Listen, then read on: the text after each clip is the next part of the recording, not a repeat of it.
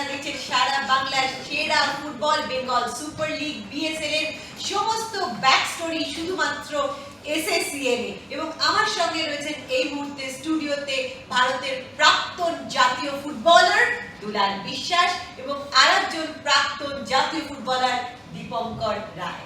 দুলাল এবং দীপঙ্কর, প্রত্যাশা মতোই আমরা যেরকম প্রি ম্যাচ করেছিলাম সেটাই, যে এইচআর রয়্যাল সিটি এফসি একটা বড় ব্যবধানে 3-0 বর্ধমান ব্লাস্টার্সকে তাদের হোম গ্রাউন্ডে হারিয়ে দিয়েছে। তো হোম সাইড জেতা সবসময় কিন্তু ফুটবলের ক্ষেত্রে একটা দারুণ বিজ্ঞাপন। তাই মালদা মুর্শিদাবাদের এই জয়কে কনগ্রাচুলেট করেই আমি জিজ্ঞেস করছি, আমরা কি বিএসএল এর নতুন তারা পেয়ে গেলাম জোটা এবং রবি হাসদা? এই বিএসএল এর যে টার্গেট যেটা করতে চাইছে বাংলার ফুটবলের ডেভেলপমেন্ট এবং বাংলার ফুটবলার থেকে যাতে ভালো প্লেয়াররা যাতে আমরা উপহার দিতে পারি বাংলা বা ভারতবর্ষে, সেইখান থেকে সেই দিক থেকে দেখতে গেলে বিএসএল অনেকটাই সফল। কারণ এই যে বাংলা সুপার লিগ হচ্ছে, এখানে কিন্তু বাঙালি ছেলেরা খুব ভালো ফুটবল খেলছে এবং প্রত্যাশা মতন তারা তাদের পারফরমেন্স করছে। এবং আজকের ম্যাচে যে ম্যাচটা হয়ে গেল সেখানে কিন্তু তোমার মুর্শিদাবাদ এবং মালদার যে রবি হাসদা এবং জোটা যে গোলগুলো করেছে, খুব মানে বিশ্বমানের গোল, খুব ভালো ভালো গোল করেছে। এবং আমার মনে হচ্ছে এরা দুজনে তো আশা করছি আগামী দিনে আমরা তারকা হিসেবে ধরে নিতেই পারি, কারণ প্রত্যেক ম্যাচে আফটার অল তোমার রবি হাসদার গোল রয়েছে। তো সেখানে আমার মনে হচ্ছে এরা এই আজকের ম্যাচে এই দুজন আমার মনে হয় ভবিষ্যতে তারকার একটা অনুসূচনা হবে।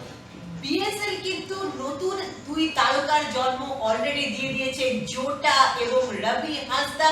এবং আজকে কিন্তু বিএসএল এর দারুণ একটা মোমেন্ট আমরা দেখতে পেলাম ডিএসএ মালদা স্টেডিয়ামে। সেটা হলো যে এইচআর রয়্যাল সিটি এফসির যে দ্বিতীয় গোলরক্ষক সুরজ আলী, তিনি এলেন পেনাল্টি শুট আউট নিতে। কিরকম একটা ইন্টারেস্টিং ব্যাপার, বিশ্ব ফুটবলে আমরা এরকম দেখলেও ভারতীয় ফুটবলে কিন্তু এর খুব বেশি দৃষ্টান্ত নেই। সেটা তো ঠিকই, দেখো মানে যে সুরজ আলী খেলছে গোলকিপার, ওর পাটা খুব ভালো, ওই জন্যই হয়তো ওকে মারতে দিয়েছে, তার জন্যই ভালো গোলও করলো, তার জন্য টাইব্রেকারে ভালো লাগছে। সেরকম এখন গোলকিপারদের আগে যেরকম ছিল, গোলকিপারদের পা তো ভালো ছিল, কিন্তু এখন প্রত্যেকটা গোলকিপারের পা ভালো হয়ে যাচ্ছে। এবং বিএসএল এর যেটা সবথেকে বড় মজা, সেটা হলো প্রত্যেকটা ম্যাচের পরে কিন্তু একটা পেনাল্টি শুট আউট রাখা হচ্ছে। দীপঙ্কর, আমরা যখন দেখছিলাম ম্যাচ তখন আমরা যেটা দেখলাম, বর্ধমান ব্লাস্টার্স থেকে যখন প্লেয়াররা আসছেন, কেউ অনেকটা বাইরে দিয়ে মারলেন, ভিরওয়ানি শট সেটা কিন্তু আটকে দিল। সেখানে বর্ধমান ব্লাস্টার্স এর কি আরো বেশি প্র্যাকটিসের প্রয়োজন মনে হচ্ছে? সেটা অবশ্যই দেখো, এবং পেনাল্টি শুট আউটটা যেহেতু প্রত্যেকটা ম্যাচে রাখা হচ্ছে, সেটা কি প্লেয়ারদের জন্য একটা আলাদা প্র্যাকটিসের কাজ করছে? দেখো গোলকিপার হচ্ছে সন্দীপ নন্দী কোচ হয়েছে, ওর তো নিশ্চয়ই এটা আরো ভালো করে। সহকারী কোচও খুব সম্ভবত আপনার চেনা, সহকারী কোচ সুদীপ না, সে হচ্ছে আমাদের মুর্শিদাবাদে আছে সহকারী কোচ সুদীপদা, ও হচ্ছে গোলকিপার কোচ মুর্শিদাবাদে। গোলকিপার যেহেতু সন্দীপ নন্দী ছিল, সেই জন্য ট্রাইবেলারটা ভালো বুঝবে, ওই জন্য ও হয়তো ভালো করে বোঝানো হবে, এভরিডে প্র্যাকটিস করানো। দেখো পেনাল্টি ট্রাইবেকার এরকম কি বলতে বড় বড় প্লেয়ারও মিস করে, এটা হতেই পারে। কিন্তু বিএসএল এ এখন অব্দি আমরা দেখতে পাচ্ছি 12টা ম্যাচের শেষে কিন্তু 34টা গোল। প্রচন্ড ফাস্ট ফুটবল, প্রেসিং ফুটবল, এবং ফুটবল মাঠে দর্শকরা যে কারণে আসেন প্রচুর গোল দেখতে। এবং সবসময় যেটা আমরা প্রথাগত দেখি, সেই গল্পের বাইরে যদি নতুন গল্প আসে তবেই তো দর্শকরা সিনেমা হলে বেশি ভিড় করে। সেক্ষেত্রে সুরজ আলীর এই যে একটা গোলকিপার হয়ে পেনাল্টি শুট আউট নিতে আসা, এটা কি দর্শকদের মধ্যে একটা আলাদা উন্মাদনা সৃষ্টি করছে না? অ্যাকচুয়ালি দেখো, গোলকিপাররা আমরা সবসময় দেখেছি গোলকিপাররা পায়ে খুব একটা স্ট্রং হয় না, কিন্তু তুমি আগেও দেখে থাকবে অনেক গোলকিপার আছে যাদের পা কিন্তু স্ট্রং। এখনকার ফুটবলে গোলকিপারদের ফুটওয়ার্ক কিন্তু অনেক শার্প হতে হয়, কারণ একটা গোলকিপার অলমোস্ট একটা সুইপার হিসেবেই কাজ করে সবসময়। তো সেই দিক থেকে সুরজ আলী যে এসে পেনাল্টি শুট আউটের সময় যে স্কোরটা করেছে, সত্যি ভালো। এবং তাকে আমি কি বলবো, তার যেহেতু পাটা পরিষ্কার এবং সে ভালো কন্ট্রোল আছে পায়, সেই জন্য সে এটা করতে পেরেছে।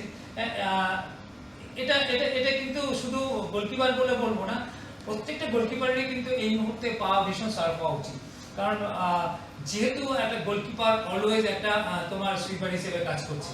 আমি একটা ছোট্ট কোয়েশ্চেন দিয়ে দীপঙ্করকে জিজ্ঞেস করে এই অনুষ্ঠান আজকের মতো শেষ করবো, সেটা হলো আমরা বারবার জেএইচআর রয়্যাল সিটি এফসি ফরওয়ার্ড লাইনকে কিন্তু গ্ল্যামারের সামনে আনছি, আমরা কিন্তু ভুলে যাচ্ছি জেএইচআর রয়্যাল সিটি এফসি কিন্তু কোনো বাজে গোল কনসিড করেনি, মোস্ট অফ দ্য ম্যাচে কিন্তু ক্লিন শিট রেখেছে। গোলকিপার সৌরভ সামন্ত একদম লাস্ট ডিফেন্স হয়ে কংক্রিট ওয়ালের মতো কাজ করছে, সেই সঙ্গে ওদের যিনি ফরেনার রয়েছেন অ্যাডামস কুলিবালি, অমিত টুডু একেবারে কলকাতা লিগের ছেলে, কিস্কু এবং মুর্মু, এই যে চারজন এবং শেষে সৌরভ সামন্ত, এটা কি একটা দুর্দান্ত টিম গেমে কাজ করছে না দীপঙ্কর? কারণ গোল কনসিড কিন্তু খুব কম। আমি ওদের সব ম্যাচই দেখেছি, ওদের একটা কম্প্যাক্ট টিম, সবাই বল ধরতে পারে, ছাড়তে পারে।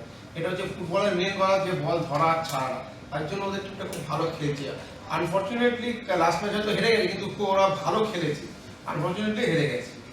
ঠিকই তাই, এবং ফুটবলে যেটা সব থেকে বড় কথা সেটা হচ্ছে শেপ মেনটেন করে খেলা, যেটা দুজনেই আমার সঙ্গে একমত হবেন। এবং আমার মনে হয় জেএইচআর রয়্যাল সিটি এফসি কিন্তু বিএসএল এর মার্কেটে দুর্দান্ত শেপ মেনটেন করছে, দুর্দান্ত ওয়েভ লেন্থ মেনটেন করছে, এবং গোলকিপিং থেকে শুরু করে সমস্ত জায়গা ফরওয়ার্ড লাইন নিয়ে কিন্তু ট্রফি লিফটিং এর দিকে এগিয়ে যাচ্ছে। গো বিএসএল, গো পার্পল, গো ফুটবল।